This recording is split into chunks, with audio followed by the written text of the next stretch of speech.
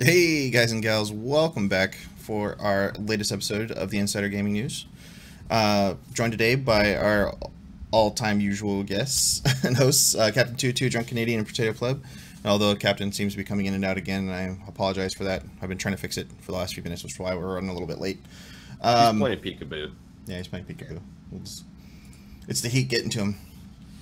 It's that all-time guest. Oh God, yes. The all-time guest. Also hosts. I mean, sorry, hosts. Oh my God, today, last like 5 days have been a whirlwind. I've been off work and doing all kinds of stuff, and it's just been chaos, just chaos. Got a lot of news today. As usual, every week we've got a lot of different stuff that's coming up and back and forth, and it's pretty awesome. This week is a little bit more filled with kind of some oddball news. We got Fortnite news. We got 10.0 or work. 10.0 Warframe 10.0 Con news, which is a lot of stuff that was brought up yesterday. I'm pretty excited about a lot of this stuff. So let's start with our coming soon stuff. We got a lot of coming soon pieces that are coming up.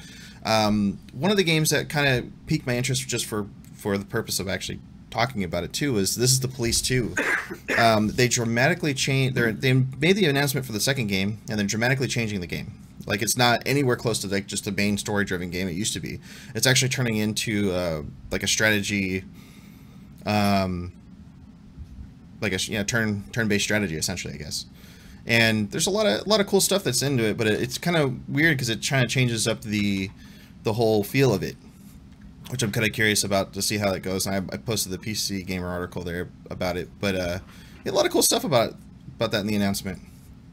Some of the other big stuff that came out this week also was Dead Island 2 apparently is still in development.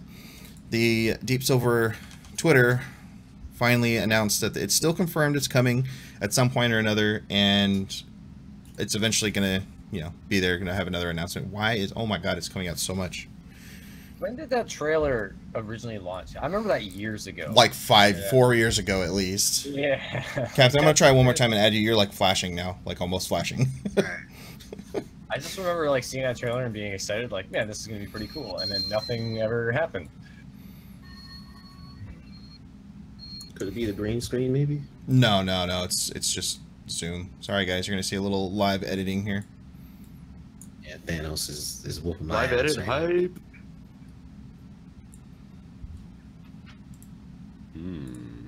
So, did they give an estimate time on Dead Island 2, or is it just like no? They're just saying it's still coming, guys. Like 3 years ago is when they announced it the first time. Oh no, 2014. So it's been 4 years now. 4 freaking years since they've done this. I feel like it's been a while. Forgot about that actually. I remember being kind of hyped about it, and then like I saw it. I was watching a YouTube like great game trailers thing, and Dead Island 2 came up, and I was like, holy fuck, I forgot about that one. Yeah. It's one of those games like you almost forget about because they haven't had any real news on it in so long, and it's still been that one same trailer. Like, yeah, I don't understand that one. It's just still that like, but he's like, what is he jogging? He's jogging, listening to and all this stuff's happening behind him. Even released like another I think Jack Black was in that trailer. He's like the guy that runs that guy over and takes his shoes. Yep. Yeah. Yep. Exactly. Yeah. Another. Nice kicks, dude. I don't know. I would have taken him. Hey, I mean, in that situation, why not? So the next news is Bungie finally agrees to stagger Destiny 2 Prestige Layer releases. At first, they were kind of dumping a couple of them at once, and people were getting kind of upset about it because now you have to prepare for one to do the next instead of getting the one, doing better at that one, and then moving on, which is it's good. Now they finally got to it, but now we've got Prestige Layers are also going to be a much better thing going forward, hopefully. And also, if you guys haven't tried it, Destiny 2 is free to play for the remainder of today. It has been going on all weekend, but since our show's at the end of the weekend, we can't tell you about it earlier. Which I apologize. Destiny 2 is free to play now? No, free to play for the weekend. It's like a free weekend. Not all the content though, right? Up to level. Well, no, it's like everything until the end of the weekend. Normally, you can actually play that. There's like a normal free demo that you can play all the way to level 20. Which is interesting because it doesn't go into any of the new content, but you can go to level 20, which is that's a good chunk of content. I mean, that's the main story basically you go through. Yeah, I messed around with it on PC because I don't have the game on PC. I only have it on PlayStation. But you're pretty limited in what you can do. Yeah. Yeah. Yeah, there's some things you just can't. So HTC finally releases the full Vive Pro kit, and my God, the price tag on it like crushes my soul. $1,400. $1,400 for this Vive Pro headset, which is really cool because of all the cool features you get out of it. But holy moly, dude! Like it is so expensive. Does it bring you drinks while you're streaming and stuff? I mean, I wish. Better. Yeah. So yeah, you could either do it one of two ways, or you could buy it one of two ways. You could do the HTC Vive Pro headset, which is what it's always been since it came out. I think like maybe 6 months ago. And you buy just a headset, but the headset itself is still $799. It's more expensive than the entire first Vive kit on its own. The VR stuff kind of freaks me out a little bit, like, cause it's like, am I gonna buy it and then it's gonna be outdated really soon? You know what I mean? Or like, what future does VR really have? Because I keep looking at VR packages and I'm like, eh. I mean, honestly, you can probably approach that just like you would any computer, and almost like it's almost better than a computer because like you buy a computer and it can be obsolete within a year. Something better can come out. Yeah, but I can like with VR, I think it's a little bit slower, but you can expect that whatever VR setup you have now is not going to be very good in like a few years. Yeah. Plus, like, I don't know, it's like 3D TVs and shit like that. You don't really see those too much anymore. Like, is VR? Oh God, I forgot those were a thing. Yeah, remember with the glasses? VR, and it was like the coolest thing ever. And then people were spending all this money, and all of a sudden it was like, eh. I think VR is definitely here to stay. Like I have the PSVR, and there's some really fun stuff to do on it. Yeah, like I'm having a lot of fun with Beat Saber in specific right now. Yeah, so like, but it is a little bit more niche. I haven't tried the Skyrim. The Doom VFR is freaking amazing though. But I thought the Doom one you had to click on the ground to move. No, originally I had started that way. So like, there's videos online where people are reviewing it, and you can like it shows that they have to do that. But no, there's like free range, like free movement, and then you can also do the little clicky teleport thing. Because that's what turned me off to it. I was like, man, I'm used to being able to run and gun in Doom, and then like I wouldn't want to play a VR if you're like, clicking on the ground, shooting. Yeah, clicking exactly. On the, like, that would kind of suck. When you start playing it though, the little click and teleport thing is actually, it becomes a part of the game that you end up enjoying. Like it's almost like a cool movement. Like well, technically you could be moving faster, right? Because it's instant, right? Like you click and you're there. Right, exactly. So like you can use it to get to like different spots and jumping around and stuff like that. Because like the jumping is not quite the same as you play in the regular game. But I will say this, like playing that on VR, it was freaking amazing, dude. It was amazing. Oh, yeah, I've tried it. Like I've tried a couple of VRs and like at exhibitions and stuff, and they are super cool. I don't know. I can't justify like $1,300, or actually that's probably American, so it's probably like $1,800 for me. Yeah, and they had like the starter kit too, which was a little bit cheaper. It was $1,098, but it came with the 1.0 base station sensors, base station controllers, which were part of the Vive original kit. You could use like if you have an original Vive now, you could buy just a headset and still use everything.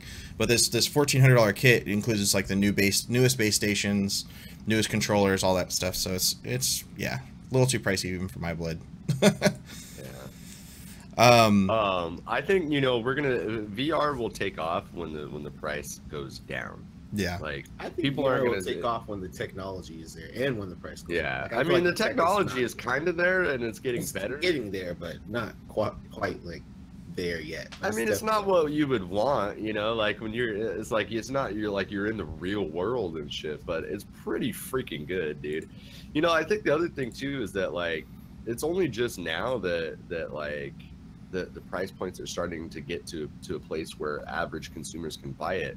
VR is not a new thing. They created VR back in like the 80s. It's been around for a long time. That's all I'm saying. Oh yeah. But like obviously the technology has come a long way since then, but it's the price point that makes it so hard for people to get into. The cheapest one to get is the PlayStation one, and you have to have a PlayStation. So if you don't have a PS4, you got to go buy a PS4, and then you got to pay for the VR which is kit, which is like another $300 or $400. Does the PlayStation 1 work just the same with either the PS4 or Pro? Like it works the same, or is yeah, it like, it's the same either way. So there's no it's not. There's better no if you have added PS4 benefit, Pro. I don't think, to having the Pro. Other than the Pro runs a little smoother. That's really about it. Right, but like So I there's don't a have mild the Pro. performance then. Yeah.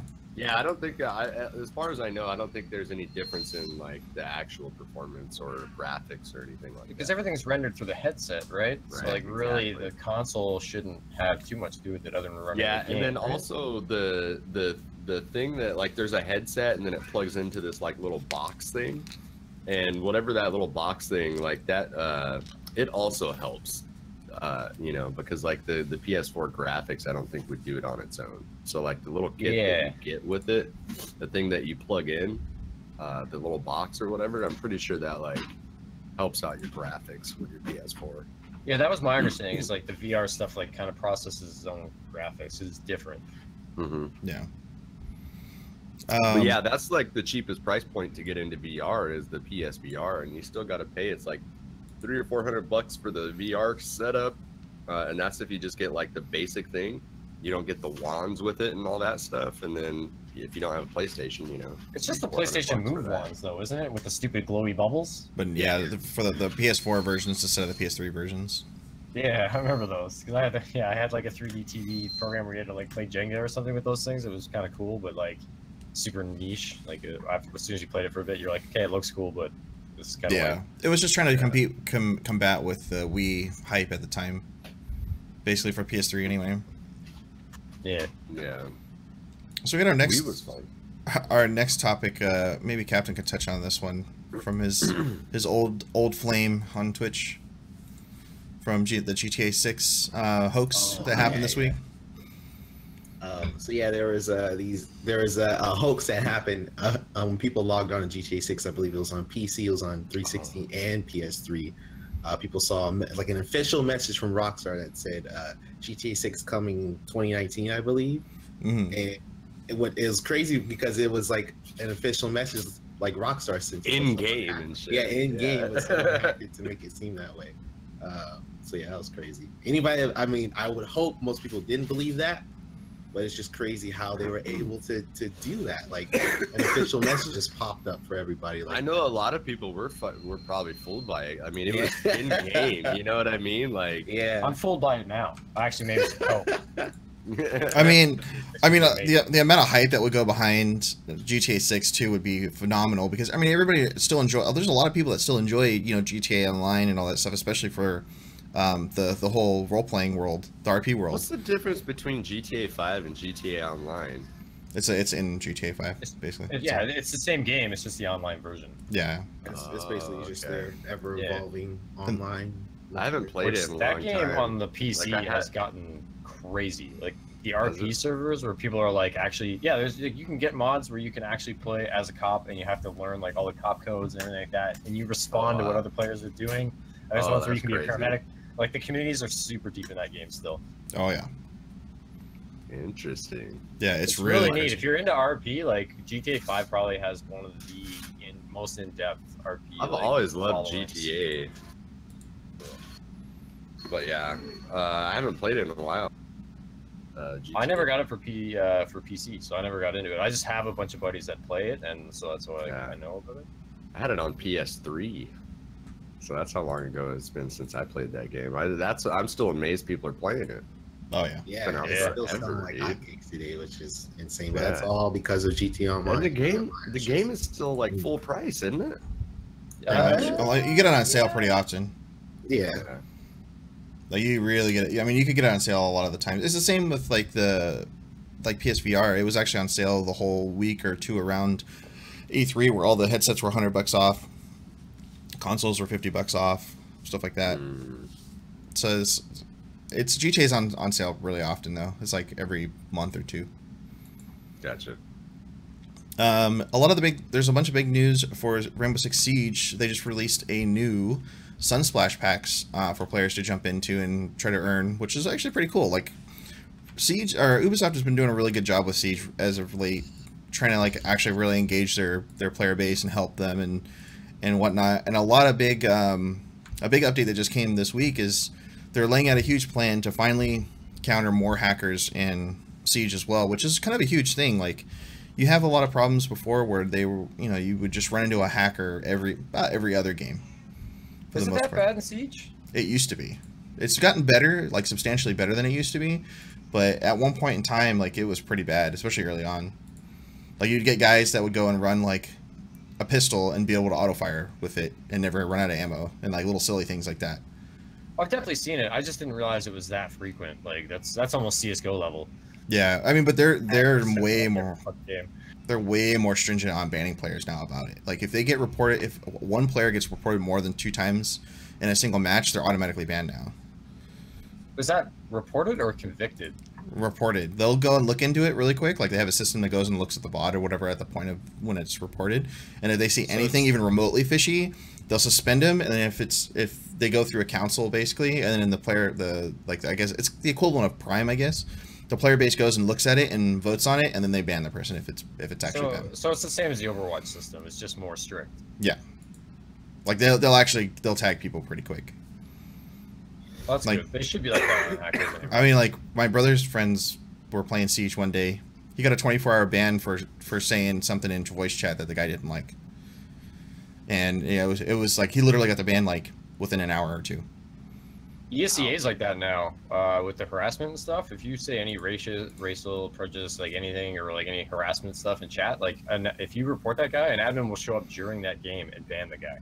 Wow. Like it happens within minutes. Yeah, ESEA is really cracking down on the CS:GO community. That's crazy. Honestly, like there's a need for it because gaming communities can be super freaking toxic, and it's crazy too because like they can be super positive, but they can also be super toxic, dude. Like there's people saying things on the internet that are like, I don't know, it's hard to explain. People wouldn't even say that sort of shit to you like in real life in person, like people are just like some people get on like the internet. Some people find like if you make a mistake in a game, like I'll use CS:GO as an example, like you play the wrong angle and you get your teammate killed, that guy's like, why the fuck are you baiting me? Like I don't really see that as like freaking out, but other people do, right? Yeah. Like people will be like, man, maybe you should just mentor the guy, but like I think you're allowed to have a little outburst because you're pissed off. Like you're not attacking that guy. It's just like, why the fuck would you play that angle? Or like, yeah. Well, I mean, there's a difference between like having an argument or getting heated with someone and like straight up attacking someone or using like.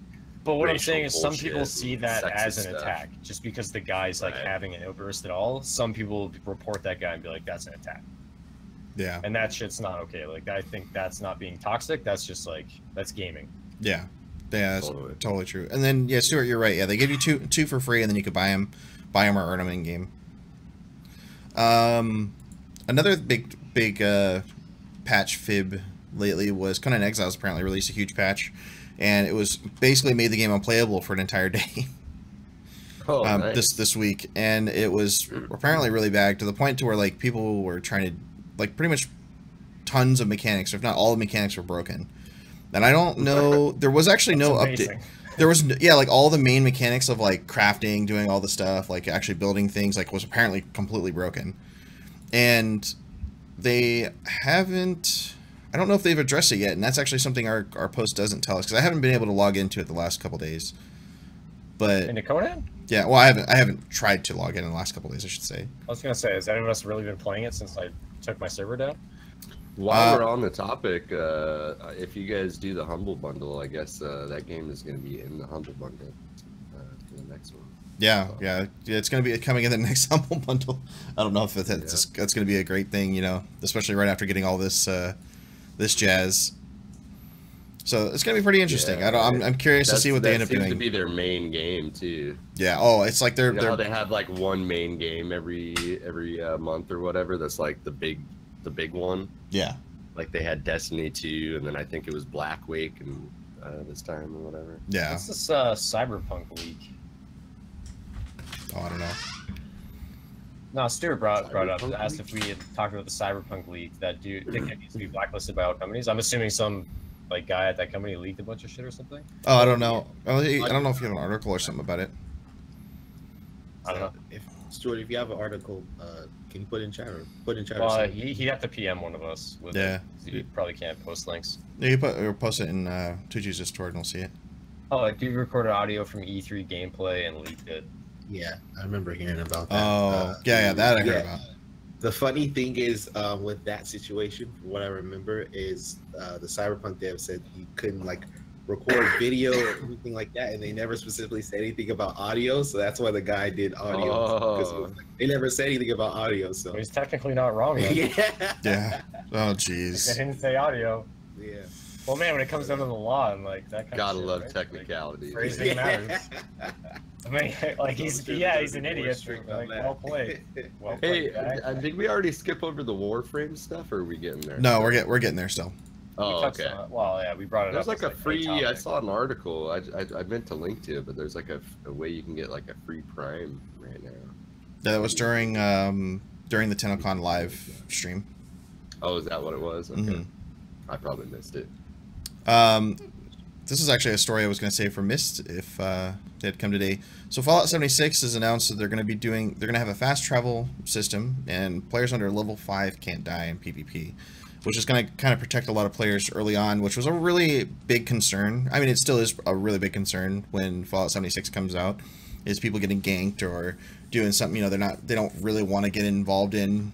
Like, you know, there's going to be a lot of players I know, for example. Like, so what happens when the game launches and literally everybody's under level 5? Just nobody dies? Yeah, nobody dies until they're over level 5. And I think the cap How was does that something work, like that. though? How do you not die in PvP? Like, wouldn't you be... You just don't, you can't be shot. It's probably just disabled. Yeah, you just can't shoot at him. It'll probably be to the point where you look at him just like you can in some of the other stuff, and just you can't shoot, or it'll do no damage. What that makes me think is that, like, the role playing in it is going to be pretty intensive. Like, so like if you can't die up until level 5, but you can still play the PvP, I think it's going to mean that like you can't lose your shit. No, no, you can't. You can't PvP at all under level 5, basically. Oh, you just can't even get into PvP. No, PvP is everywhere. You just can't be shot by other players or get damaged by other players under level 5. I see. Yeah. They should almost change that to like a level window. Like you can fight people plus or minus X amount of levels from your level. I'm thinking like how will this leveling system work? Because even that reading this is just kind of weird to me. Because you're still gonna get people that are like max level that are picking on level 6 players. It should almost be like a plus or minus like 5 or 10. Right. But I don't know. They almost need that in Arc so that when you spawn in, it's gonna be some super dickhead hard. with a T-Rex isn't eating you. Well, I think here's the thing about the PvP in Fallout is that like I don't think anyone should ever expect it to be balanced. No, it won't be. It's gonna be like PvP in Borderlands. Yeah, PvP in Borderlands, and like Buddy just has like a god weapon, and you're the same level. It doesn't fucking matter. Like, it's never gonna be. That's exactly what it's gonna be like. Yeah, it's never gonna be like a serious competitive type of PvP. No. But it could be a hell of a lot of fun though. They'd have to rework the core mechanics of how Fallout works to make it competitive. Otherwise, it's level based. It would be like, actually, ESO did a good job of having multiplayer. The system they put in is when you join the PvP in that. So the system they have is when you join into the PvP like realm, I guess everybody's at level 50. So it doesn't matter what level you are in the actual like storyline of the game. It puts you at level or whatever max. Yeah, you guys are all. The only difference that changes in ESO PvP is basically the skills that you've already earned or leveled up to, and that's it. So if you were level 50 in the regular game, you have all those skills and abilities, which does give you an edge. But when you go to PvP, that's all you have is that edge. Everybody still has like the same sort of rough stats.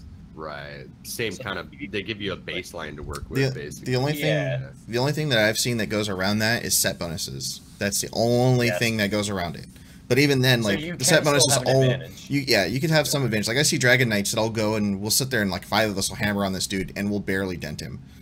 And that happens every once in a while, but not very frequently. But that guy had like literally like a super big like set bonus stat. I know we end up talking about Destiny 2 in one way or another, like almost every week on here, but like this makes me actually kind of think about Destiny 2 a little bit because like Bungie has always wanted people to be able to play Destiny competitively, but the game has never been balanced enough for people to do that. And when they launched Destiny 2, they completely like toned down all the supers and tried to make everything like level playing field, and it made the PvE a lot less enjoyable. Yeah, you know what I mean? They really killed PvE in that case. That's why ESO has such a good model for it. Like, if you make a separate game type that is PvP and you dumb that shit down so everybody's kind of on level playing field, that's how you have a competitive game when it goes down to skill. If you have all these games where it's like stats and RPG and then you try to turn that into multiplayer but don't get rid of that aspect of it, it never works. Yeah, that model just does not work. ESO is the only game that has it. And ESO is great on the fact that you can't go crazy with all crazy amount of abilities. Even if you have 50 abilities unlocked, you're still locked to that 5 that you got in your bar. So and that's it. I mean, so it really does come down to how you pick and choose your abilities, what you go in is in terms of gear wise, which really doesn't make a big difference. Like I said, like I've gone in there and dudes are max champion rank 750, and you know, and go in there and have fun. Like in fact, yesterday I played it on my stream and it was fantastic. Like I was sitting there just wrecking dudes with this sword and shield, but it was based on skill because I know how to play my character.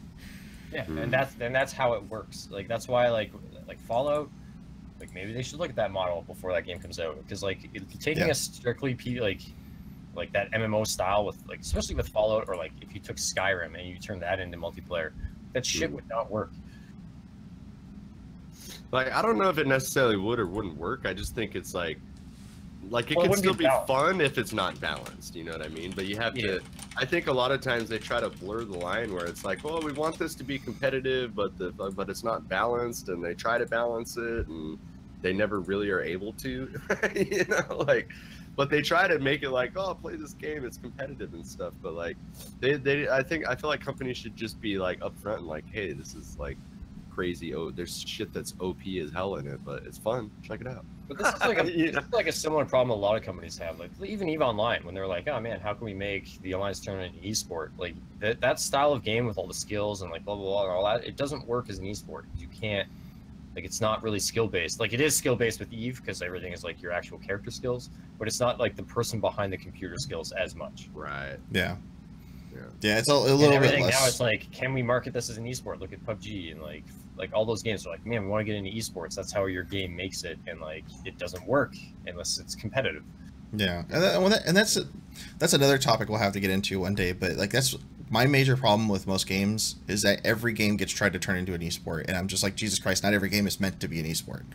Right. Well, like that's another side problem of it too, right? Is like some games that should never be trying to do it are trying to make it. And it's like nah, like COD. I don't think COD ever would be an esport. But for whatever reason, they forced it in there and shoehorned it in there for 5 or 6 years, and it's finally going away to some degree. Except now they're trying to bring it back because of the battle royale, and I'm just like, man's esport. I think this next COD's gonna fail horribly with the battle royale and stuff. I don't think it's gonna work. Too, like battle royale is a difficult one with esports in my opinion as well too. Like it's the RNG. That's what fucks it. Like PUBG immediately figured it out because I think there was even an article about it. Is to get rid of the RNG and to break it down to player skill, you have to get rid of that RNG, you have to add more matches. So like you can play like a game of CSGO and it's 30 matches or 30 rounds within a match, and like that kind of gets rid of, you know, the luck of the draw, but like everybody has the same guns. As soon as you get into PUBG and it's like loot based, you have to add more games. Each game takes like an hour, and it was like something like 30 games to even out the fucking, like, you're not gonna play 30 hours of PUBG for one victor for one bracket. Yeah. Right. Like that's crazy. That doesn't work. I mean, even 5 games of that in a single day would be like way too much just to get a victory. Like somebody actually did the stats, and it was like 30 or it was like an outrageous amount of games you'd have to play to actually average it. And I think even now, like the invitationals and stuff like that, they lock it to X amount of weapons, so you know exactly what's going to be on the map. Like it's not going to be the full loot table anymore either. I think that's one of the newer changes I think they put in. Well, I could be wrong. Back to what I originally said, right? Like, is you have to almost create a separate game mode if you want to have an esport. It has to be more structured and less RNG. Yeah. Right. So, like, since we're on the topic of Battle Royale, can I breeze over what happened with Realm recently? Yeah, go for it. All right. So I'm super frustrated, man. Like I was waiting for this game for months. I played the closed beta. I played it when it was Paladins Battlegrounds inside of Paladins. And so like the first week it came out, it was super popular, right? People were loving the game. And people like even the big streamers when they played it, like you could tell that they were having fun. Like when I watched Ninja play it, he looked like he was having more fun than he'd had in months, right? So like people widely really liked the game and the mechanics of it. Within a week, they did this update that completely changed the basic way that you have to play the game, right? So it used to be that you could craft your class weapon. Each class has its own weapon, right? And you could craft that after you kill someone, you get a chicken trophy, and you could take that to the forge, and you could forge your class weapon. I thought it was from breaking down weapons. Didn't you need to that? like, well, you need the shards. shards. You need to have the shards. The shards, yeah. Yeah. So like, but to get your class weapon, you had to have a kill because you had to get a chicken trophy, right? Is it the same with the class armor? No, the class armor so and just the abilities, you could just forge them with the shards. Yeah. Okay, so it's just the weapon. Just the class weapon, the class-based weapon, you had to have a chicken trophy, right? So it made it so that like you had to land, you had to get a kill to get your most powerful weapon, right? And then like a week later, they put in this update that made it, they took the class weapons out of the forge and made everything a random drop. So the whole entire game was completely RNG based. And you could get the most powerful guns out of any random box. And that was the same week that they put in that other update where you could get 2 legendary weapons and still equip them on both hands, and everybody's like, "What the hell is this shit?" Yes, dude. So and so it went from having a massive player base, and everybody is like raving about how great this game is, and then they did that update on a Friday, and people had to play it for the whole weekend. And next thing you know, like the Twitch viewership went from between 60 to 120,000 at any given time of day to like 12,000, right? And people were giving it negative reviews on Steam after everybody was giving it highly positive reviews, right? So that happened. They fixed it between the weekend, but the damage had already been done.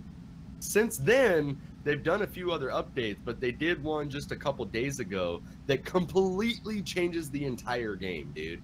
They changed all the weapons are no longer like projectile based, they're all hit scan. So instead of having a time of that it takes like for the projectiles to hit something and having to like lead your shots, now your projectiles hit as soon as you pull the trigger. You know what I'm saying? And that's across the board on like almost every single gun. What the fuck? And that makes no sense. Axes, man. Yeah, and they added in they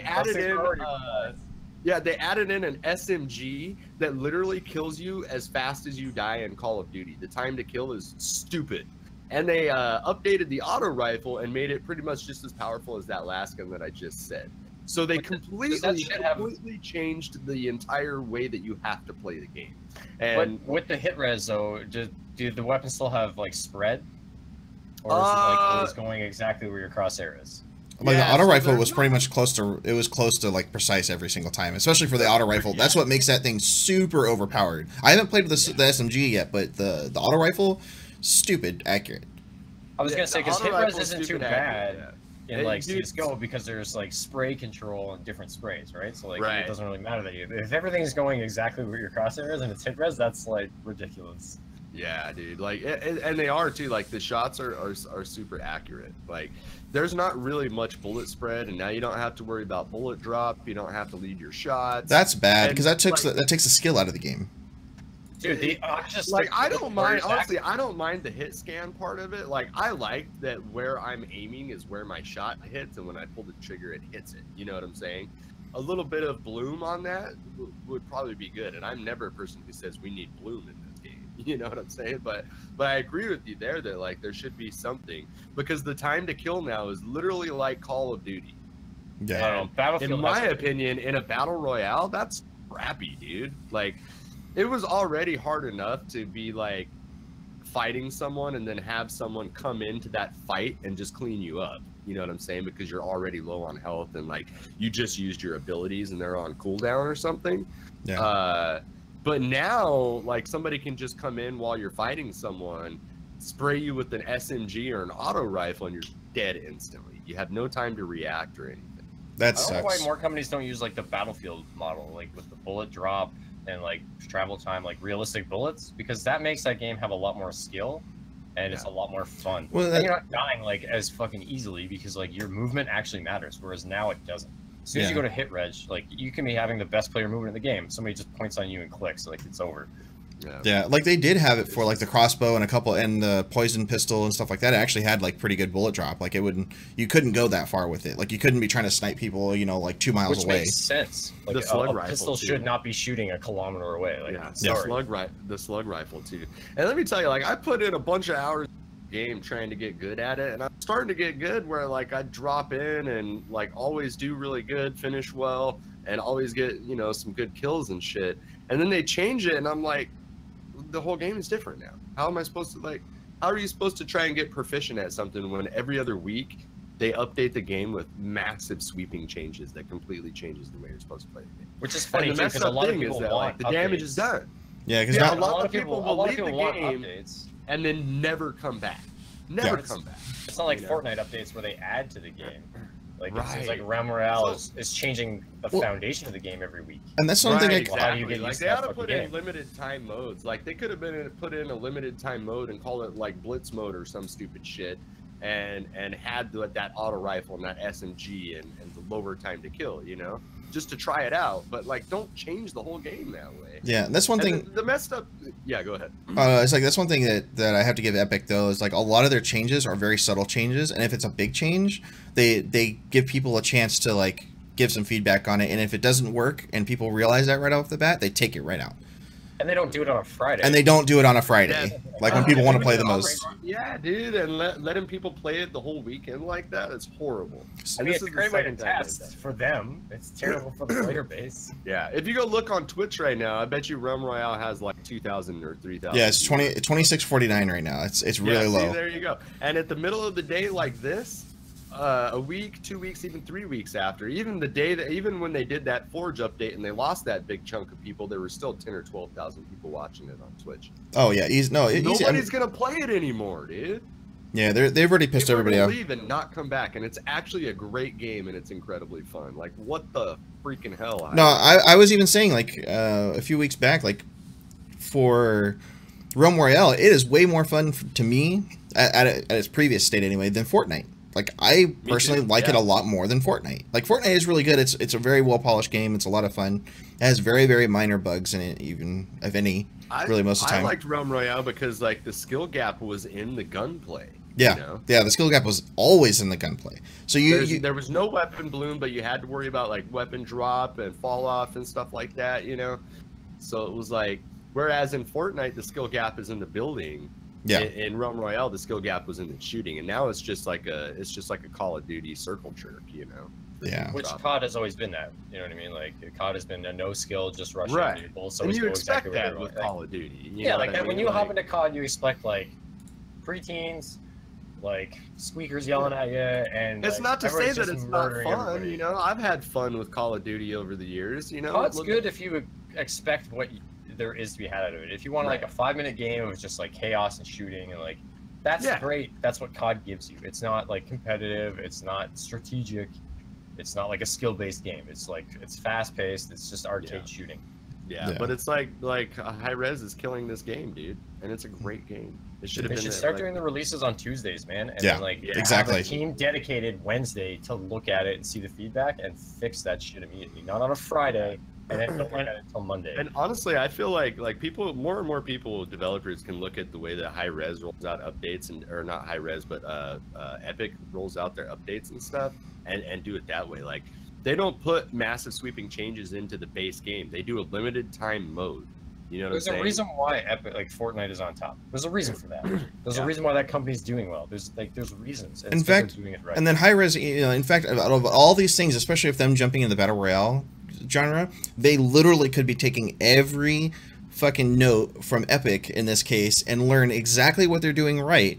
Like they go in, like Fortnite or Epic, for example, takes out guns that people don't play, or are very unpopular, or they're just too broken, or something. If they have a balance problem, they actually address it by taking out or adjusting or removing, or adding in a different weapon and stuff like that. What they're really good at is if they do remove something, within a few weeks you'll get a new gun to replace that too.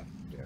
So but yeah, people do, like, I don't know, man, these developers, I just can't wrap my head around what the hell they're thinking when they do this kind of thing, man. Like, and the bad thing about it is that, like, they've been really communicative. Like, they've posted and said, like, hey, it's an alpha, we're gonna do wild sweeping changes that completely change the game from time to time, but people don't read that stuff. People don't go read that stuff. They fire up the game and it plays different than the first time they played it when they liked it, and now they're like, screw this. Well, this sucks now, and then they never come back to it. Yeah. Well, let's go ahead and it's super unfortunate. Let's get to our next topic, which actually happens to be Fortnite.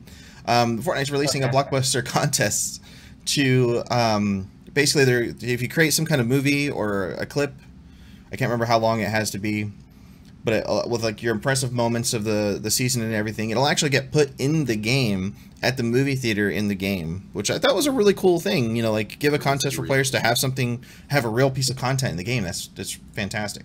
Yeah, I think it'll like display your YouTube channel or something like that too, which it's just a video. Is it just the video? Yeah, it's just the video supposedly. Well, I mean, if you put like the name of your channel in the beginning of the video, everybody's gonna see your YouTube channel. Yeah, I haven't looked in deep in how in depth it goes. They also have the Playgrounds limited type mode is now finally there, which is actually really cool. You can kind of play with your friends and respawn and learn how to use guns and kind of get better at certain things, which is really good. I really like the ability to do that, which is something nobody else does currently. I think it was in and they took it out already again.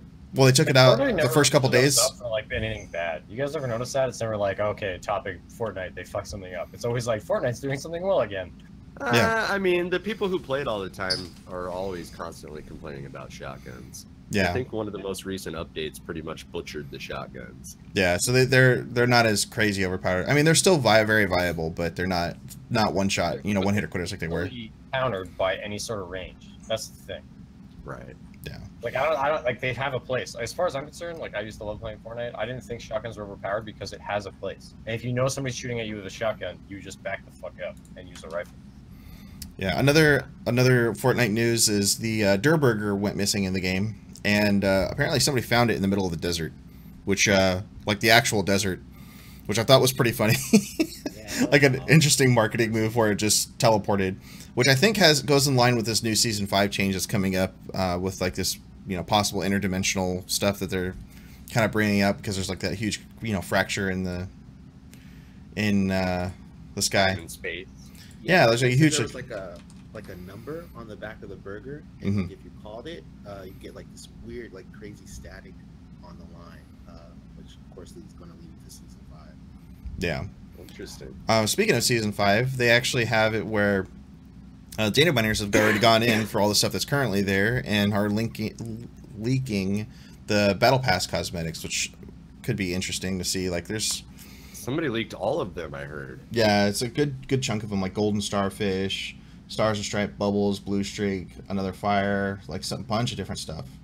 That's kind of a big deal, like, because the way that they've been able to hype up their seasons, for somebody to come along and leak like all this stuff you can get, that's pretty wild, dude. Oh yeah. So I'm gonna let Captain take off on our next big chunk of updates for Warframe TennoCon, our local Warframe partner. Go ahead and fill that up.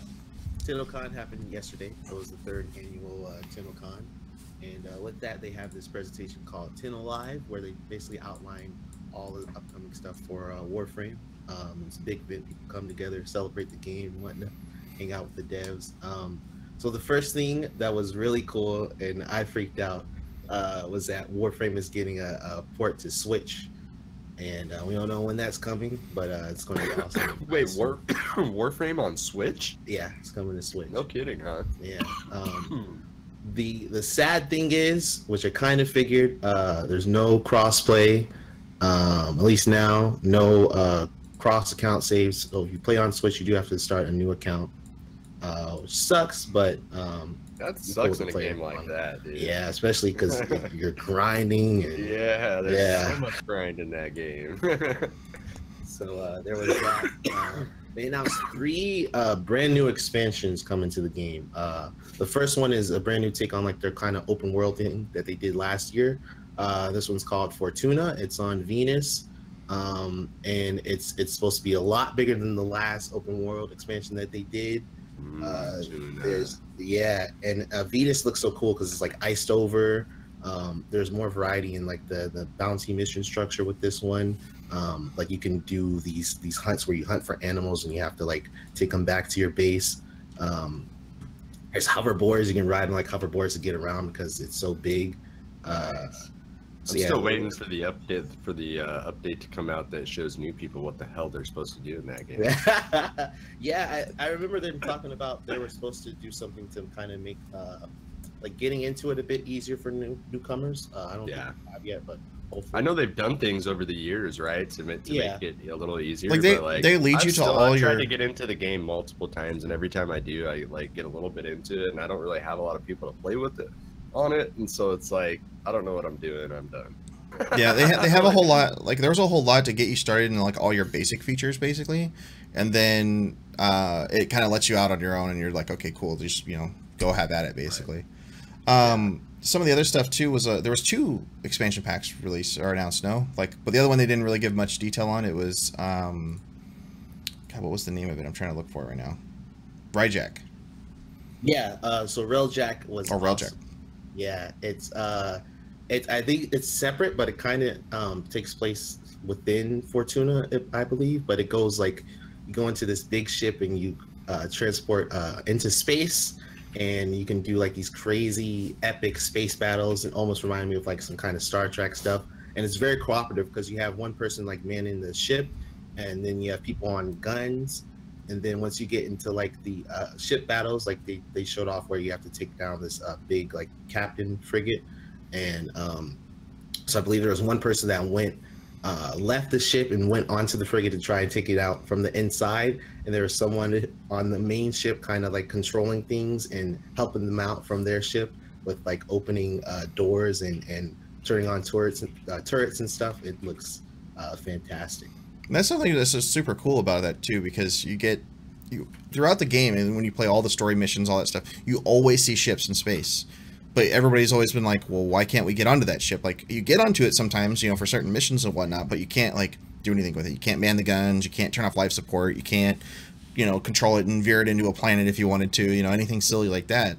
But now they're actually giving you that opportunity to kind of do some of that stuff, which is kind of cool. One of the main devs said that this was, like, the original vision for Warframe from the beginning, and it looks awesome. I can't wait for it. Oh, honestly, the game itself is fun. Every time I play it, I'm like, this is a great game. It's just hard to get to where you're at a point where like you feel powerful, For me, that was always the biggest difference with Destiny. Like I could get into Destiny, and within like the first couple missions or whatever, even the first mission, you're like, oh my god, I'm a god, I'm so powerful. You know what I mean? Mm-hmm. I disagree, man. Like Warframe, I found like within the first couple of days, as long as you focused on one Warframe and you knew kind of what you were doing, like my Excalibur within like 2 days was running like top tier missions. Yeah, not me. But I read a couple guides and like annotated like a certain way, and then like he was good to go. I could see how if you didn't know what you were doing, you'd be kind of like lost. Yeah. Then we have the 2 new Warframes that also got announced, which was Revenant and Garuda, which is also pretty cool. Yeah, Revenant is like the kind of ghostly Eidolon looking frame, and Garuda they described as like a gory frame, which sounds awesome. I think Revenant was the one that's supposed to be based off of Vlad the Impaler, right? Or one of them. One of those 2 is Vlad the Impaler. I think you're right. Yeah. Oh, really? Yeah, like, and nice. One of his abilities was like the ground spikes, basically, which looked pretty cool.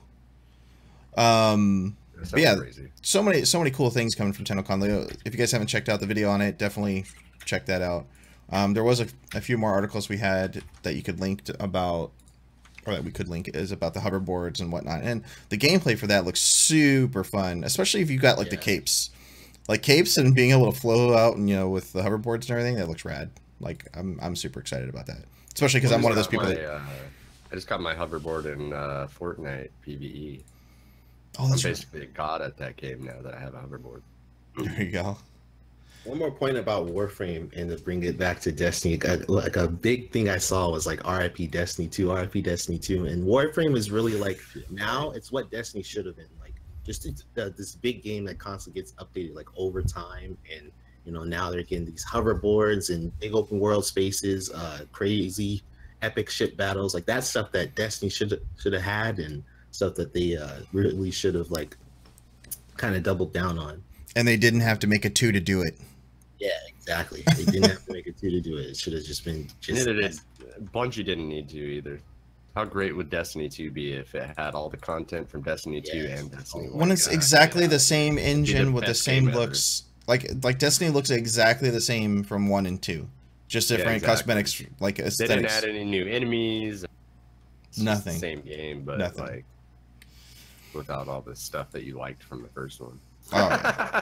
So other big crazy news, I thought this was actually kind of crazy, so I added it for talk today, was the International Olympic Committee is actually hosting an esports forum later this month to consider the fact of having esports at one of the Olympics, or having its own separate Olympics. So they're getting together later this month just to talk about that.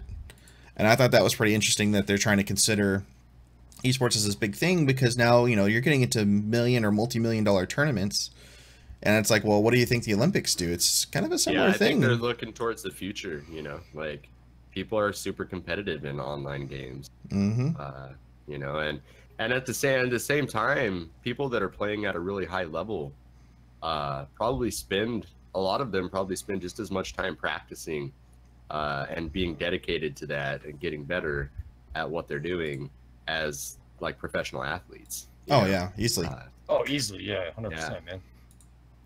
So yeah, I think it's about time for them to start considering putting it in. Why not, right? Yeah. But that comes to a point where it's like, you know, where we're talking about games and balancing and stuff like that, where it's like super important. Like if you're playing at a super high level like that, I guess over the years that's why CS:GO is still so popular in the esports world. Because it actually takes skill, yeah. Well, it's balanced and it takes skill to play it, you know. But that game's been around since like when it was a mod for Half-Life. They've had a lot of years to perfect the competitiveness of that game. Yeah, right. Well over 15, I think, close to at least. Yeah. I mean, I've been playing that game since I was 14 or 15, since the first, even the first Counter-Strike.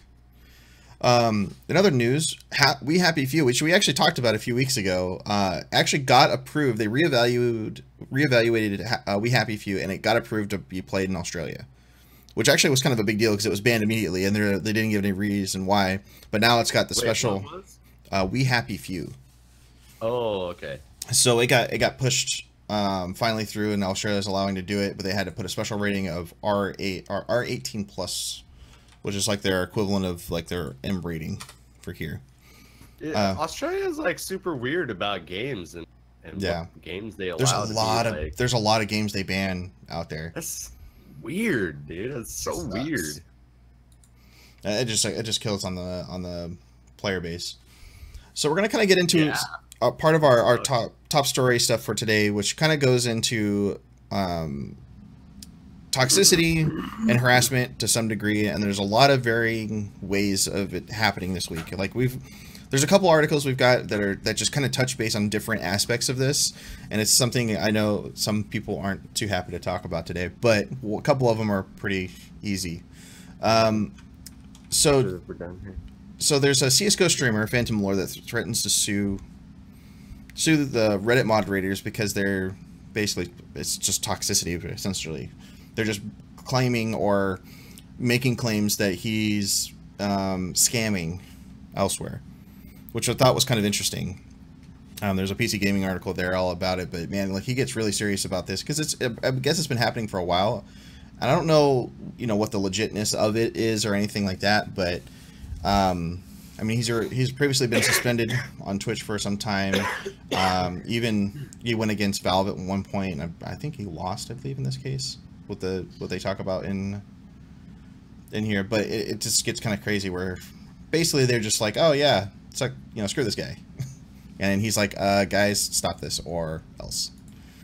The other one was actually kind of interesting. It's actually made me re-download Guild Wars 2 just to check out like the new update lately, but. 2 Guild Wars 2 writers were fired following basically a pretty bad Twitter exchange with a streamer. Now, it's weird because a lot of them portray it as a really bad thing, which I thought was kind of interesting. But some of the topic like they talked about really wasn't too crazy. It was him, the guy was giving his feedback, and it happened to point at one of the writers. And she had responded. Some of it wasn't, you know, some of it was pretty nice and, you know, pretty straightforward. And then it got kind of bad because it was on over the 4th of July. And I guess, you know, everybody was out having a good time or whatever.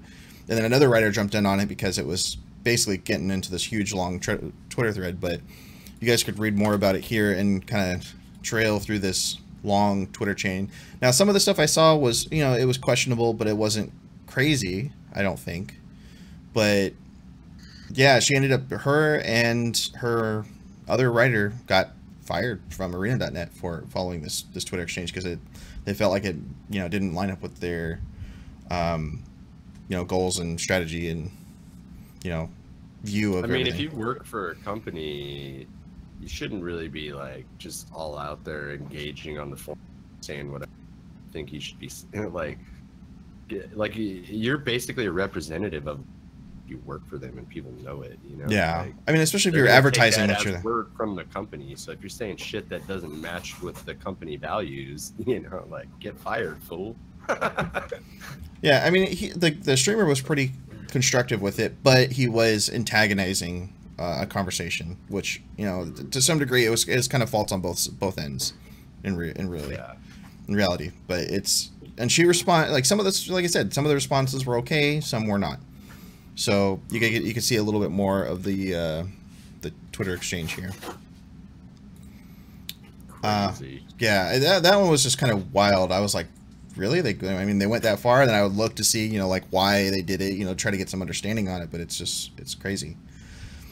Another big thing on Twitch. So Twitch is, we've talked about this in the last couple of weeks where some things on Twitch hasn't been to what people expect, which is why there's been this big mixer move because, you know, community toxicity, other random things, and then, you know, that we've seen in the last few weeks where Twitch hasn't taken action against some people for being, you know, rude to their viewers, or going and calling them names, or going into even other stuff.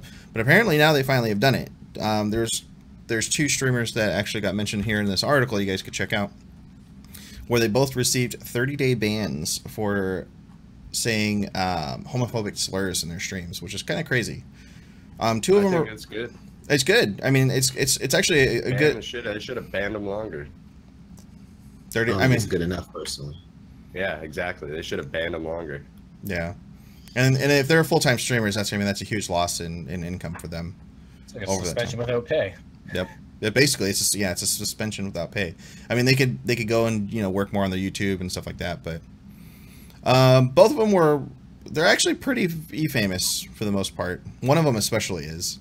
The other one, I'm trying to read where he's at, but the second one really wasn't as much, but it really focuses on the bigger guy. Twitch is really that hard up where we can't say these people's names, huh? Yeah. I hate you know what's funny about that is you can put the link in and everybody can just look at their names. Yeah, it's so you can't say it. Yeah, that's why I'm trying not to do that and break terms of service or anything like that. But it's really unfortunate in a lot of this case. But I mean, it's good. It's good they're finally cracking down on some of that stuff, because like the toxicity in Twitch is something everybody has talked about at some point or another, and it gets kind of bad in some other ways too. I feel like it's not enough, especially if like this guy has like a history of this toxicity. Oh yeah, he does. He's all stupid shit that he's saying on his Which one? The first one or the second one in the article? First one. The first one. Okay. Yeah, and his chat's always super toxic too. Mm-hmm. Yeah, and then for this person to defend what they said and like I don't know if that's yeah. He was trying to like make excuses and stuff. Like, yeah, if like we're gonna there's bring no up remorse. if we're gonna bring up like a good example of how a streamer has changed, can we use their name? Because we're not saying bad things about them. You can say things about streamers in a good light. Yeah. They get mad at you if you say anything bad about Okay, them. so with this, like these two people getting banned, but like look at Dr. Disrespect, who completely changed his persona to match the new TOS. You know what I mean? Like it's that simple. Like so, you started off, and he's still the same. He was never toxic, really, though, to begin with. Sometimes, like he'd lash out at other streamers and stuff like that, right? Like, call them out and like make fun of their stature and things like that. But now he doesn't do that. He completely changed it and stays within the Twitch terms of service. So it's not like these guys can't do this. Yeah, they're just choosing not to, and they're getting hammered for it. Well, yeah, part of his change also, his road to change too, has also happened from his controversy earlier in the beginning of the year too. So that was the first step of it, and then the terms of service really kind of hit the nail on the head with forcing him to stop it too. But that's just a good example. I hate how in the article I hate how in the article they describe him as like, oh, he likes to talk about politics on his stream. No, he doesn't. He just has hate speech all the time. I guess that's a form of politics if you're into that. I mean, but if you, I guess if you're into like far right, like if you watch Alex Jones, you might enjoy this Twitch streamer. Get out of here. If you have that history though, and then on your ban, it's like you put out a statement that, like, you just don't give a damn still, and it's like oblivious to you. I feel like Twitch should come in and be like, okay, yeah, like let's permaban your ass. Straight up. Like, oh, okay, so you didn't think that the homophobic stuff that you said was a problem at all. Okay, so see you later, dude. Because he's just gonna come back off of his ban and just do the same shit. Like he's not gonna learn. Yeah, McLeod, this shit's easily avoidable. Oh, easily. Like McLeod said, like you just change a few things. You can still keep your fan base. You just like be a little more polite. Like everybody's mother at some point told them, if you have nothing nice to say, don't say anything at all. See, and that's the thing though too. Like Dr. Disrespect has a stream persona. He's a professional. You can tell that he works hard to produce really great content on the internet. There's a difference between that and somebody who's just an asshole. Mm-hmm. You know some guys are out there just being dinks, and it's like, man, like, come on. Yeah, and that continues on in Stream Elements, which is actually our service that we use for our overlays, our alerts, and so on and so forth. And they actually did a big poll recently with their user base to kind of try to understand Twitch bullying, which apparently is also a thing. I mean, well, not apparently, but it is also a thing. And it kind of goes the Twitch bullying. So it ties along with all the harassment and things like that. But they try to see like how often it happens. But some of the results they got were actually pretty interesting. So it comes up as like 73%.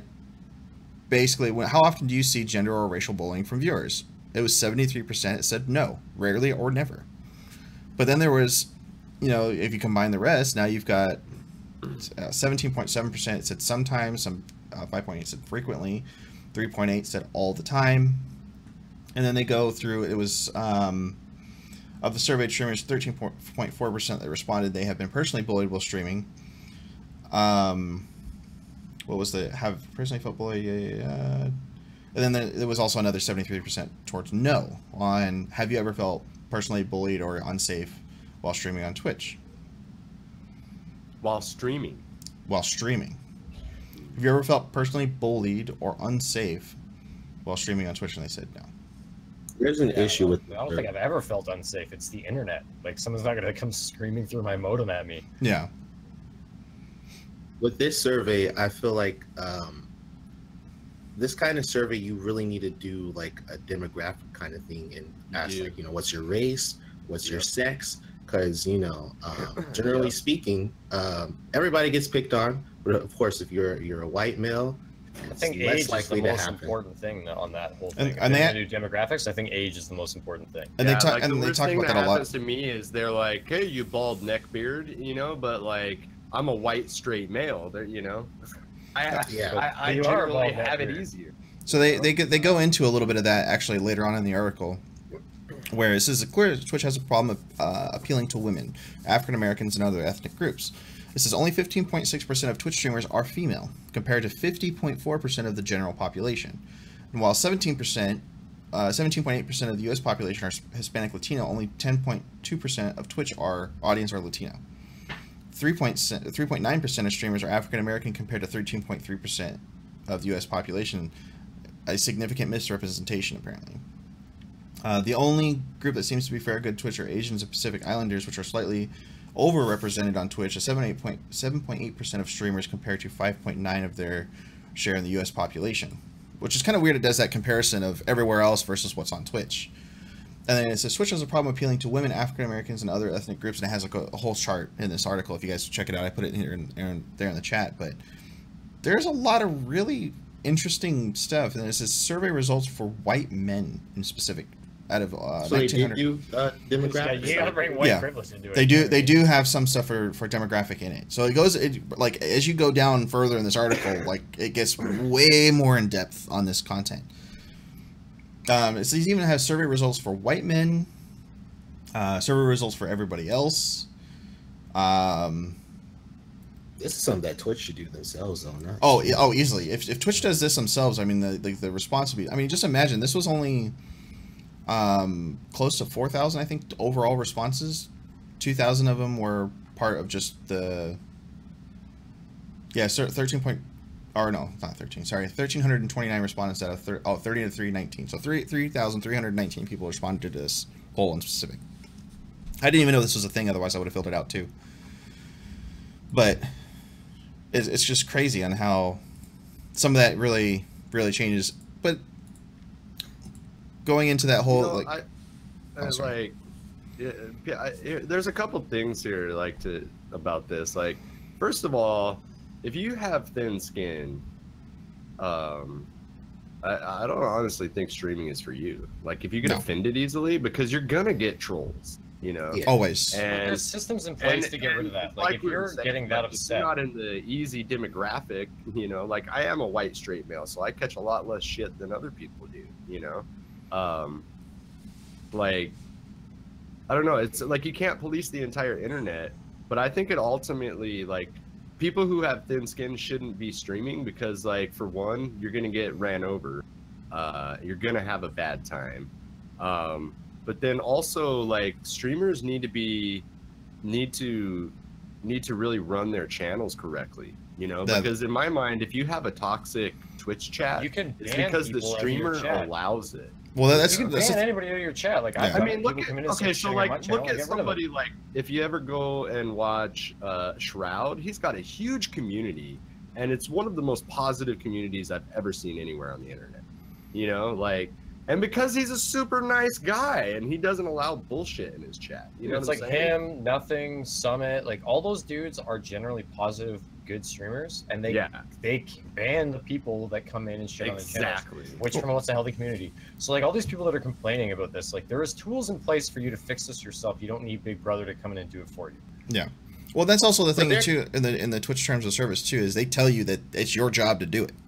Like if you like, there was even somebody that got a 3-day ban, just like I think it was last week, that had a toxic chat and they got banned because they didn't take care of it. So that falls on that line too. Point where it's just like I feel like you do need a thick skin in order to stream, but sometimes it's like man. you just can't take it anymore. It becomes overwhelming. Well, for a lot of we touched on it before the show, right? Like everybody has an off day, right? You know, like the nicest streamer ever, and then one day the internet just gets to you. But that's not what this is talking about. Those are like the one-offs. This is like the people that are constantly complaining about harassment and not doing anything themselves about it. Yeah. And then that's a difference between just the standard, you know, this normal standard. People that are bullying and going around and racial slurs and being sexist and stuff like that on the internet. Let me tell you something. They're coming from Twitch channels and communities like the people who recently were banned. We're not saying any names, but those people foster that sort of shit, dude. Mm-hmm. And it's like okay inside of their chat, you know. And that's the thing. I agree with Tutu right there that those people, like, they should have caught a permaban, dude. Yeah, and that's why I think it's on Twitch in order to, you know, take action and permaban those people to prevent like those streamers are the rotten basket that are producing all these shitty apples. Yep. Exactly. Yeah, and I mean, you might be right. It's like its own, you know, little cesspool, so to speak. And the more it fosters it, the more it fosters out into other streams. Like, people will go and think that's okay because they see it in this stream. They'll take that somewhere else and they'll get banned and they'll be like, oh, why did I do that? No, because you're just being a tool. Yeah. Because, you know, if Twitch doesn't do anything about it, what ends up happening is you're going to have an entire platform that's infested with toxicity, you know? Well, look at League of Legends, for example, is one of the biggest examples of that. They never did anything until the last like 2 years, basically, about their toxicity. And in fact, the game is openly known for its toxicity because of how bad the player base is. Even to this day, it's still pretty bad. Like, you can't go in there and have a regular game and without being called a, you know, a stupid nerd, but you're a noob because you don't go, you know, bottom lane and do your certain thing with that certain character that has a certain items and all this other stuff. No, it's like not everybody walks in as a pro, man. Just, yeah, it gets kind of crazy. But then, so moving on to the part of this topic too, it gets into this. So part of like the harassment isn't just towards us, but when it gets towards the female streamers. But then we have some of the female streamers that also harbor the same thing that we were talking about, which also is its own problem to a degree too, because there's a lot of different female streamers that also have done the same thing. Like they'll go and foster some kind of community that you know brings that in basically, and then it kind of spreads off to other female streamers who don't want that kind of attention or don't want that kind of community. I think this part of the topic, it comes up because I think PewDiePie did a video where he was calling Twitch streamer women Twitch streamers Twitch thoughts. Yeah. THOTS. Yeah, and it comes into a whole thing where he specifically targets somebody on Twitch, and it goes into this whole. I mean, it's in her name is in the link of it, but she has fostered basically this kind of community to some degree. And it's just, I mean, it's not always, you know, obvious or anything like that, but the article goes into some of it. The article is also itself has gotten a ton of backlash because of some of this too. Like, I mean, they deleted, I think, over half the comments already once in this thing, and it's already gotten back up to another 60 comments.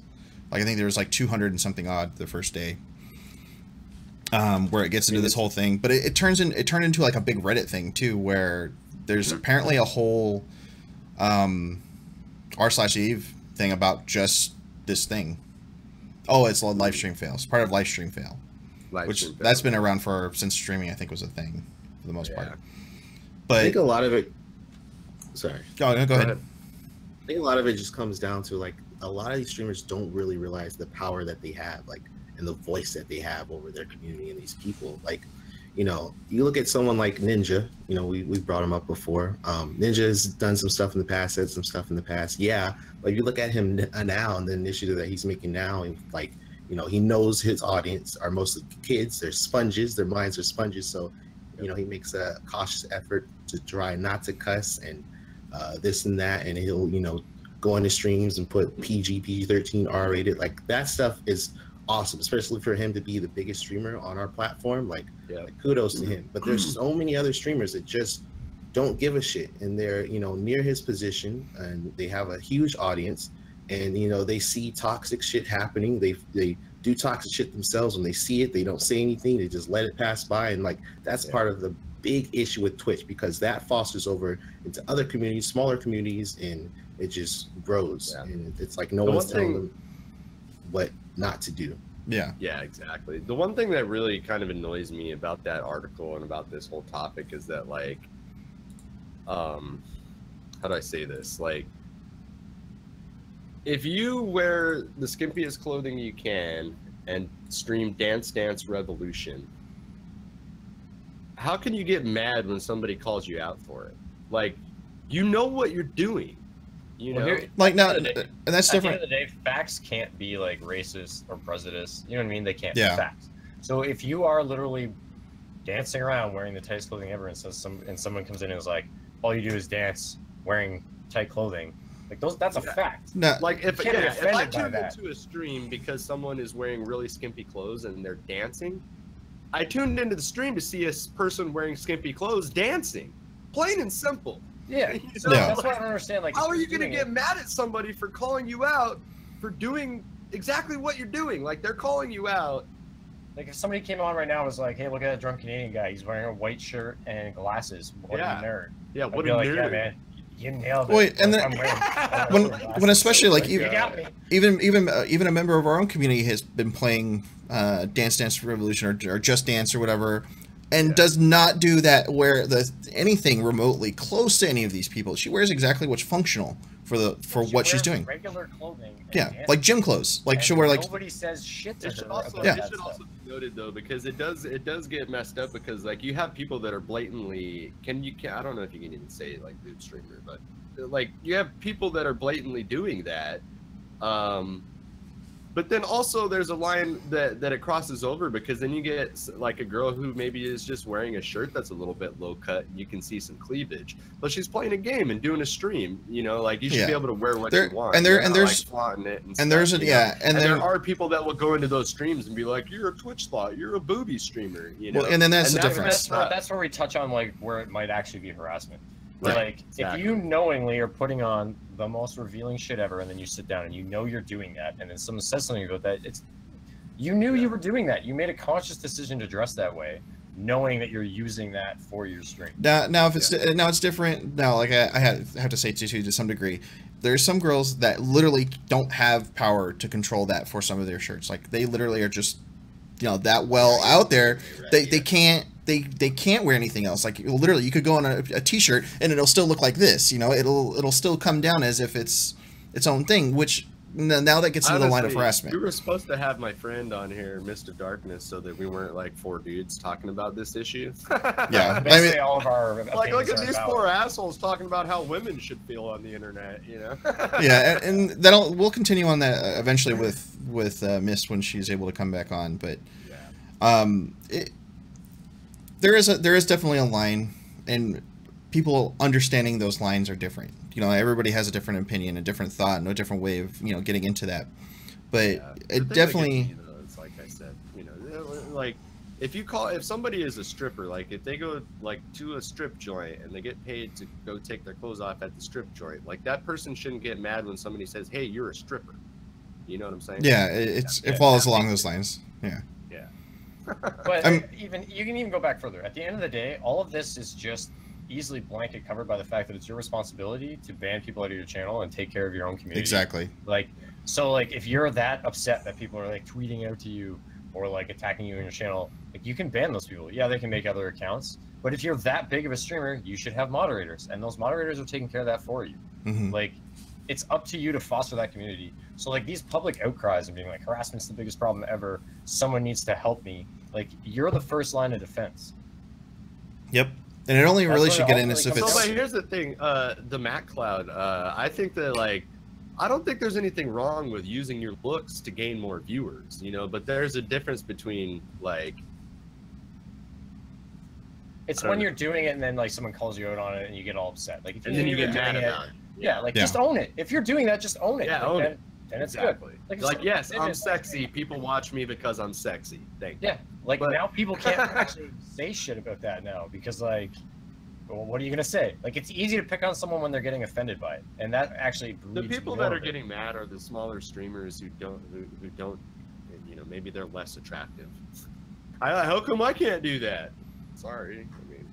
Well, that's the same with everything in life. Like, you're always mad that you don't have the same physical skill as somebody else, or like the same looks as somebody else. Like, that's just across human nature. Yeah, like it comes out, like its own envy to some degree. Yeah, there's just envy. Yeah, I'm fine with it if they own it too. Like, yeah, I would actually respect one of the streamers in there. I have actually subbed to her before because her emotes are Liddy McTitty, dude. That's pretty funny, but. You know, get your money, get your paper, you know, get paid however you gotta do it. But don't get mad when people call you out for doing exactly what you're doing, you know. Yeah, I mean, it's a society of victimhood. That's all it is. It just comes back to a society thing where like everybody's a victim all the time, and like somebody says one thing to you, and then you're like, man, somebody needs to defend me. I'm a victim. You just own your shit. We definitely shouldn't act like there's not blatant sexism. No, I'm not saying there isn't. I'm just saying some of this gets blown out of proportion, and there's a lot of it going out there where like people just auto-report people for nothing, and like take things way out of context. Yeah, and that's one thing that's come up in the last few years too. Is definitely a lot more things are taken way out of context for it. Yeah, Stuart, I'm cool with it too, man. I think there's a big difference between like toxicity and then like people that do that and they, you know, they dress a certain way or they do a certain something and, you know, they're doing that and they hopefully they know what they're doing. And then, you know, for anything that's toxic should be taken care of. And that is like a kind of different situation that people like to equate to toxicity when it's not. Yeah, and that's the difference, like, between everything else. I mean, there's a difference between blatant harassment, toxicity, and the, you know, the stuff in between, where, you know, like I said, people can own who it is, or the people that don't own it and then complain because they, you know, they're getting called out for what they see, basically. But yeah, 2018, the year of out of context drama. Yeah, that's going to be every year, I think. I have a feeling, if not get worse. But anyway, yeah, I think I don't know where DC went. I think he had a little emergency to go to. But yeah, it's just, there's so many different things we can do. I mean, as streamers, as a community, you know, if you're creating your own community, just be aware of it. You know, make sure you take care of yours too. And the bully hunters was another thing. Oh my God. So going back on that, that was actually back in April, where the bully hunters thing turned into this big controversy. Actually, I have the article for that too. I never knew this existed. This is crazy. Yeah, what even is that? What is it? It's just insane, dude. Like, so they basically they created this organization to combat bullying in online games. But the way they did it, or the way they came up to it, was they made a stream to go into CS:GO, find somebody who said one thing, didn't matter what it was, that was remotely toxic, and then they just go in there and, like, change their name to bully hunters and then harass that person until they leave the game. Like, it literally got to the point where it was multiples of them. They had all kinds of huge, like, advertising support. They even had SteelSeries, who made a wireless headset for them, and all the advertisers got shit for that. And after that first stream, they all pulled out of that whole thing. They were like, "Nope, we're not going to be any part of this. This is not what we envisioned when we got it." Yeah, and it was, yeah, and originally the thing was for headsets. Like, the whole thing was to gain money to put towards the organization by selling headsets. And they even cut, like, whoever bought the headsets, that was it. Nobody else could get them because they canceled that whole deal. They didn't want anything else to do with it. SteelSeries washed their hands of it. Every company, in fact, that was a part of that, which I believe there was like 6 or 7 companies for it, towards it. But there was a that whole article goes in the whole thing about that, and that was just kind of mind-blowing. And then the people that were in the front lines of it, like, there was a couple streamers that were involved with it, and they got so much flack for this thing. And they tried to initially defend it, and then they realized it wasn't the way that they even thought it was when they were brought in as consultation for it. How would they ever think that, like, bullying people for bullying was going to be yeah, a great that's kind of dumb, dude. Like, I mean, hey, I know how we'll fix this. We'll just create another group of bullies. Let's create a even better trolling unit, and we'll just troll the shit out of the trolls. That'll totally clear up the trolling on the internet. Guys. Let's hire professional bullies to take on amateur bullies. Basically, is what it kind of sounds like. The dumbest idea ever. Yeah, and it was insane. Like, the stuff that you got. Yeah, just as House here says, is saying you could check out a ton of different videos on how bad this turned out. Basically, and it was just chaos. Yeah, it just sounds horrible. Let's harass people for being harassers. Yeah, and there was no point to it. There's actual proper channels to go through for that, and like, I don't know why you would just become what they're trying to get rid of to try and get rid of. Yeah, that's exactly the problem. Yeah. Well, what's funny is because half those people that participated in it, because they saw the stream, they ended up getting back banned for it. Yeah, weird how that would happen. Oh, right? Yeah. Oh, I wonder. You know, it's a great idea to do this. For harassment? What do you mean? I was harassing like for a good cause, you know? Yeah, it was good harassment. Yeah. So it just turned out pretty bad. Yeah, at the end of the day, it's like, what lesson is learned? Like, it's just the same thing. Fighting fire with a worse fire that shouldn't exist in the first place. Like, come on. It sounded like, just be a normal, good person. Like, if you wouldn't person. Want something done to you, don't do that to other people. I think that comes along the moral of the story of all of this. It's just stop being. People just need to stop being shitty. Like, try to actually be a decent human being and go out and live life and have fun and be positive. Have a feature where you can report people for being like harassing and almost shit every like game has like, that. Yeah. If you're gonna come up with a squad that goes around and like targets people who are harassing and trolling people on the internet, you should just be going around. You just use those features? Yeah, you should them. just be going around reporting them, not going around and doing the same thing they're doing. Yeah, because then you just end up being part of that, and then you get banned, and then you're on the other end posting on the Steam forums, being like, "How do I get rid of my VAC ban? Because I got VAC for being an idiot." So those are permanent. Yeah. Enjoy your fucking vacation. I'm a big fan of doxing. though. Honestly. Oh like, God, if somebody's no. being an asshole on the internet, dox the shit out of him, dude. No, we do not condone doxing of any turbo kind. bad. Ooh, turbo That's bad. the I mean, yeah, worst. I know it's bad, but I think white supremacists and shit like they should all be doxed, dude. I want to know who they are.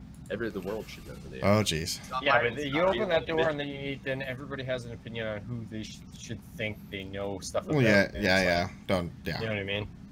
That's a I'm not telling anybody to go out and dox anyone. Don't do it. Don't. Yeah, definitely. We do not condone any of But- that here. Anyways, That's what I'm saying. moving on. So in other news, guys and gals, we made the announcement to our internal team yesterday, but we're going to make an announcement here on the INNsider. The INNsider itself, the show itself, will be moving to a new Twitch channel here soon. It's going to be called Fat B TV.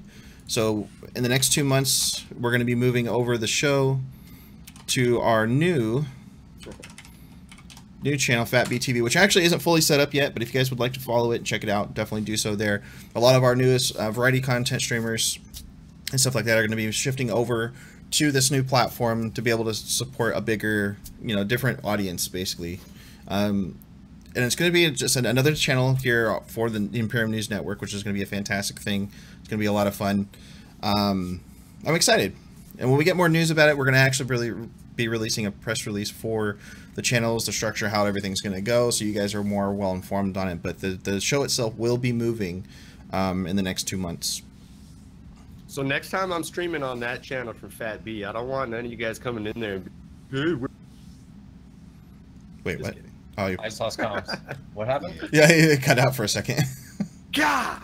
It almost censored. It was censored me? You got censored. No, I was saying when I'm streaming on there, I don't want any of you guys coming in and being like, hey, how come this isn't Eve? Yeah, that's the thing. We're trying to move away. We're trying to bring back exclusive Eve content back to Imperium News. So that's kind of the goal in the end. Like, well, we enjoy very much so being here and being able to give you guys updated news and everything. We're also going to be trying to shift that focus back into variety gaming, which is what most of our show is mainly about. Yeah, so I think it's gonna be great because like we're gonna get our variety streaming done, and then all the OG Imperium homies and fans are always gonna know that they're gonna get good gaming talk show stuff and great EVE Online content.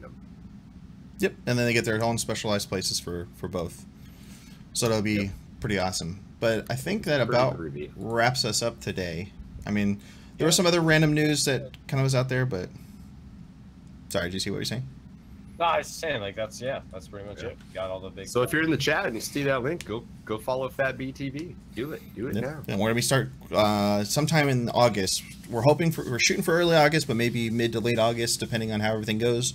But yeah, we'll be over there in the next few weeks. So definitely stay tuned for updates on that.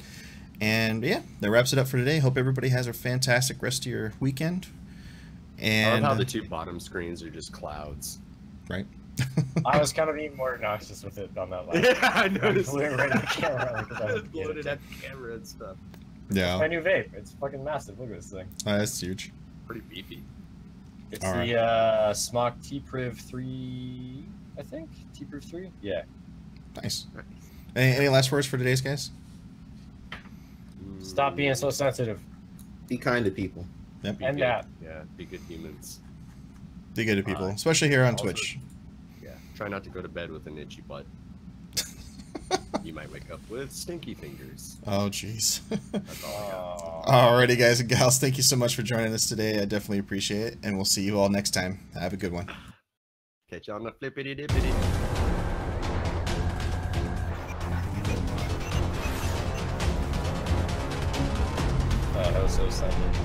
Host had to said it. The assholes on YouTube because they don't care. That's true, man.